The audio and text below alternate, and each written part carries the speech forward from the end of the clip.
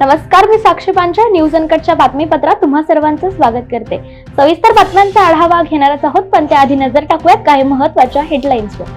मतदारांचा कौल 5 महिन्यात कसा बदलला, बाबा आढाव यांचा सरकारवर आरोप। एकनाथ शिंदे यांची प्रकृती बिघडली, मुंबईहून दरेगावी पाठवले गेले डॉक्टर्स। यवतमाळ मधील कोट्यवधी रुपयांच्या विकास कामांमुळे नागरिकांना फायदा होईल, मदन येरावार यांचं विधान। शनी अमावस्येनिमित्त नांदगावच्या श्री क्षेत्र नस्तनपूरमध्ये भाविकांची मोठी गर्दी। आता पाहूयात सविस्तर वृत्त। राष्ट्रीय समाज पक्षाचे अध्यक्ष महादेव जानकर यांनी ईव्हीएम अर्थात मतदान यंत्रात घोटाळा झाल्यामुळे सत्ताधारी महायुतीच्या जास्तीत जास्त जागा निवडून आल्याचा दावा केलाय। ईव्हीएम हॅक करता येतात हे मी स्वतः इंजिनियर असल्यामुळे ठामपणे सांगू शकतो, असं सांगताना जानकर यांनी महायुतीचा अनुभव चांगला नसल्याचं मत व्यक्त केलंय। ज्येष्ठ सामाजिक कार्यकर्ते बाबा आढाव यांनी विधानसभा निवडणुकीत मोठ्या प्रमाणात गडबड झाल्याचा आरोप करत 3 दिवस आत्मक्लेश आंदोलन सुरू केलं होतं। या आंदोलनाच्या कालच्या 3ऱ्या दिवशी त्यांनी उपोषण मागे घेतलंय। तत्पूर्वी दुपारी अजित पवार त्यांच्या भेटीसाठी आले होते, त्यावेळी त्यांनी आढाव यांना माध्यमांसमोर ईव्हीएम मशीन मध्ये गडबड असल्याचा उल्लेख करत 5 महिन्यात मतदारांचा कौल कसा बदलला असा प्रश्न उपस्थित केलाय। यावर अजित पवार यांनी देखील आढाव यांच्या समोरच सर्व परिस्थिती मांडत नागरिकांचं मत बदललं असेल तर त्यात आमची काय चूक असं उत्तर दिलंय। एकनाथ शिंदे यांनी उपमुख्यमंत्री पद स्वीकारण्याची तयारी दर्शवली असली तरी ते गृह मंत्रालयावरच ठाम आहेत। 29 नोव्हेंबर रोजी दिल्लीत गृहमंत्री अमित शहा यांची भेट घेऊन शिंदे मुंबईला परतले आणि सर्व कार्यक्रम रद्द करून ते साताराला त्यांच्या गावी रवाना झाले। आता त्यांची प्रकृती बिघडल्याची माहिती मिळाली असून मुंबईतील तज्ञ डॉक्टरांचे पथक त्यांच्यावर उपचार करण्यासाठी साताराला गेलेत। या संबंधीच्या वृत्तानुसार काळजीवाहू मुख्यमंत्री एकनाथ शिंदे यांना 105 अंश सेल्सिअसचा ताप आला। यामुळे महायुती सरकारचा प्रस्तावित शपथविधी सोहळा आणखी लांबण्याची शक्यता वर्तवली जाते। शिवसेना ठाकरे पक्षाचे प्रमुख उद्धव ठाकरेंनी काल काळजीवाहू मुख्यमंत्री एकनाथ शिंदे यांच्यावर सडकून टीका केली आहे। राक्षसी बहुमत मिळूनही महाराष्ट्रात आनंद का साजरा होत नाहीये असा प्रश्न विचारत ठाकरेंनी बहुमत मिळूनही या लोकांवर शपथविधी घेण्यासाठी राजभवनात जाण्याऐवजी शेतात जाऊन पूजा अर्चा करण्याची वेळ का आली असा टोला लगावलाय। ज्येष्ठ सामाजिक बाबा आढाव यांनी गत 3 दिवसांपासून पुण्यात विधानसभा निवडणुकीतील कथित गैरव्यवहाराप्रकरणी सुरू केलेल्या उपोषणाला उद्धव ठाकरे यांच्या उपस्थितीत सोडवलं। त्यानंतर उद्धव ठाकरे यांनी भाजप म्हणजेच विशेषतः मुख्यमंत्री एकनाथ शिंदे यांच्यावर सडकून टीका केली आहे। बातमीपत्रात वेळ झाली छोट्याशा विश्रांतीची, लगेचच परत येऊ, पाहत रहा न्यूज अनकट। ऐतिहासिक वारसा लाभलेला मराठ मुलूक महाराष्ट्र।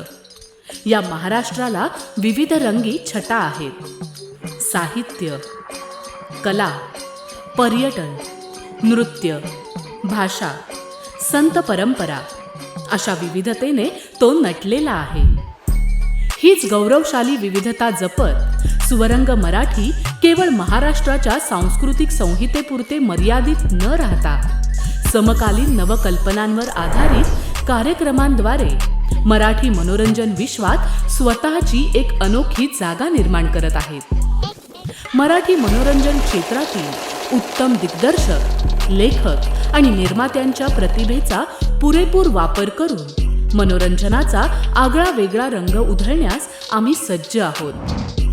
स्वरंग मराठीचे उद्दिष्ट मराठी मनोरंजन क्षेत्रामध्ये मनोरंजनाची वहिवाट सोडून रूढीवादी पद्धती तोडून मनोरंजनाचा समृद्ध अनुभव प्रदान करून देण्याचा आहे। म्हणूनच यात विविध पद्धतीचे मनोरंजक आणि माहितीपूर्ण कार्यक्रम स्वरंग मराठीवर बघता येतील। शेवटी एकच, धकाधकीच्या जीवनात धांगडधिंगा करण्यापेक्षा बसूया, हसूया, गाऊया, जगूया। नाती गोती श्रावण मोती गावामधले जीवंत रंग, नाती गोती श्रावण मोती गावामधले जीवंत रंग। चला जोडूया, चला पाहूया, जशी संस्कृती तसा स्वरंग। विश्रांतीनंतर पुन्हा एकदा स्वागत। पाहूयात उर्वरित घडामोडी। यवतमाळ शहराकरिता मी कोट्यवधी रुपयांचा विकास निधी आणला असून या निधीतून तुमच्या स्वप्नातील सुंदर शहर आकारात येतं. थोडा त्रास होईल, मात्र विकास कामे तसेच सुविधांचा फायदा भविष्यात अनेक वर्ष नागरिकांना होणार असल्याची ग्वाही भाजपचे नेते तसेच माजी आमदार मदन येरावार यांनी दिली आहे. ते यवतमाळ येथे आयोजित पत्रकार परिषदेत बोलत होते. जेव्हा जेव्हा मी निवडून आलो, त्या पूर्ण निवडणुकीत जे कोणी उभे होते आणि पराभूत झाले ते सर्व किंवा ज्या क्षेत्रामध्ये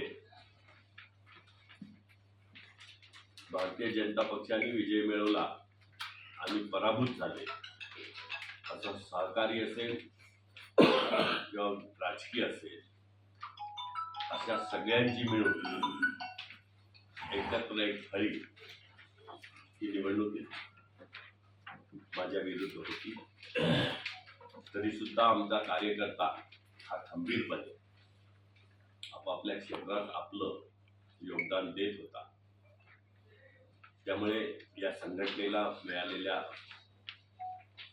कार्यकर्त्यांच्या मेहनतीला जनतेने जो प्रतिसाद दिला त्याचा मी पुन्हा एकदा आभार मानतो. संभळकडे निघालेला समाजवादी पक्षाच्या खासदार इकरा हसन यांना चिजरसी टोल प्लाझा येथे पोलिसांनी रोखलं. पोलिसांनी त्यांना टोलनाकावरूनच परत पाठवले. संभळमध्ये तणावपूर्ण वातावरण असल्यामुळे सुरक्षेच्या कारणास्तव ही कारवाई करण्यात आली आहे. खासदार इकरा हसन यांनी पोलिसांच्या कारवाईवर तीव्र नाराजी व्यक्त केली आहे, तर समाजवादी पक्षाने यावरून सरकारवर टीका देखील केली आहे. दरम्यान पोलिसांनी कायदा सुव्यवस्था राखण्यासाठी हा निर्णय घेतल्याचं सांगितलंय. गोंदिया जिल्ह्याच्या देवरी तालुक्यातून चिंचगडकडे विद्यार्थ्यांना घेण्यासाठी जात असलेल्या मानव विकासाच्या निळ्या बसचा अपघात झालाय. सुदैवाने ही बस रिकामी असल्यामुळे कोणतीही जीवितहानी झालेली नाही. मिळालेल्या माहितीनुसार रोजच्या प्रमाणे देवरी येथून ही बस शालेय विद्यार्थ्यांना आणण्यासाठी चिंचगडकडे जात असताना अब्दुल टोला गावाजवळ चालकाचं बसवरून नियंत्रण सुटून बस रस्त्याच्या खाली झाडीत शिरली. यावेळी रस्त्यावरून जाणाऱ्या लोकांनी घटनास्थळी धाव घेत वाहक आणि चालकाला बसमधून बाहेर काढत देवरी ग्रामीण रुग्णालयात उपचारासाठी पाठवले. यात ते किरकोळ जखमी झाल्याची माहिती मिळते. छत्रपती संभाजीनगर जिल्ह्यातील जायकवाडी धरणाचा गोड्या पाण्यामध्ये दुर्मिळ आयर मासा मासेमारी करणाऱ्यांना आढळून आलाय. हा मासा 3 फूट लांबीचा सापासारखा दिसणारा, पिवळट रंगाचा आणि 2 किलो वजन असलेला आहे. हा मासा 1200 रुपये किलो दराने बाजारात विकला जातो. मानवी शरीरामध्ये अशक्तपणा आल्यास आयर माशाच्या शरीरावरील तेलकट लवचिक चरबीवर काळ्या हरभऱ्याचे पीठ लावून त्यापासून लहान आकाराचा गोळा तयार करून त्याची 50 रुपयात दराने विक्री केली जात असल्याची माहिती स्थानिकांनी दिली आहे. बातमीपत्रात वेळ झाली छोट्याशा विश्रांतीची. लगेचच परत येऊ. पाहत रहा न्यूज अनकट. ऐतिहासिक वारसा लाभलेला मराठ मुलूक महाराष्ट्र. या महाराष्ट्राला विविध रंगी छटा आहेत. साहित्य, कला, पर्यटन, नृत्य, भाषा, संत परंपरा अशा विविधतेने तो नटलेला आहे. हीच गौरवशाली विविधता जपत सुवरंग मराठी केवळ महाराष्ट्राच्या सांस्कृतिक संहितेपुरते मर्यादित न राहता समकालीन नवकल्पनांवर आधारित कार्यक्रमांद्वारे मराठी मनोरंजन विश्वात स्वतःची एक अनोखी जागा निर्माण करत आहेत. मराठी मनोरंजन क्षेत्रातील उत्तम दिग्दर्शक, लेखक आणि निर्मात्यांच्या प्रतिभेचा पुरेपूर वापर करून मनोरंजनाचा आगळा वेगळा रंग उधळण्यास आम्ही सज्ज आहोत. स्वरंग मराठीचे उद्दिष्ट मराठी मनोरंजन क्षेत्रामध्ये मनोरंजनाची वहिवाट सोडून, रूढीवादी पद्धती तोडून मनोरंजनाचा समृद्ध अनुभव प्रदान करून देण्याचा आहे. म्हणूनच यात विविध पद्धतीचे मनोरंजक आणि माहितीपूर्ण कार्यक्रम स्वरंग मराठीवर बघता येतील. शेवटी एकच, धकाधकीच्या जीवनात धांगडधिंगा करण्यापेक्षा बसूया, हसूया, गाऊया, जगूया. नाती गोती श्रावण मोती गावामधले जीवंत रंग.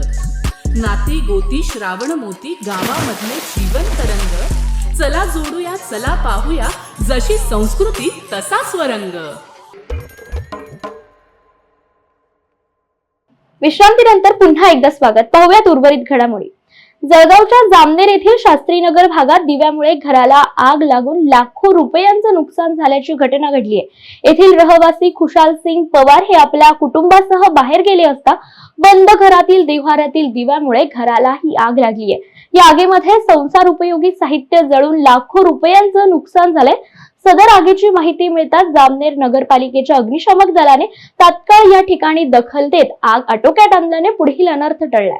अमरावतीच्या तिवसा तालुक्यातील बनसापूर परिसरात शिला फुटाणे या महिलेच्या शेतात अप्पर वर्धा प्रकल्पाच्या कालव्याचं पाणी शिरून त्यांनी लावलेल्या गहू पिकाचं मोठं नुकसान झालंय. गेल्या अनेक दिवसांपासून हा कालवा फुटल्याने परिसरातील अनेक शेतकऱ्यांच्या शेतात पाणी शिरत होतं.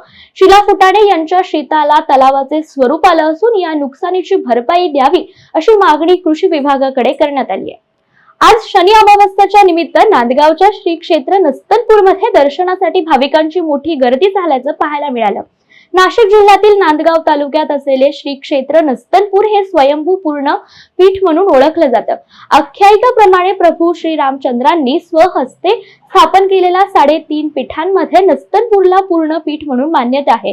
येथील शनी महाराजांचे दर्शन आणि गोदावरीच्या कुंभस्नानाने शतजन्मांची पापं ही नष्ट होतात अशी माहिती देवस्थानाचे सेक्रेटरी अनिल कुमार आहेर यांनी दिली.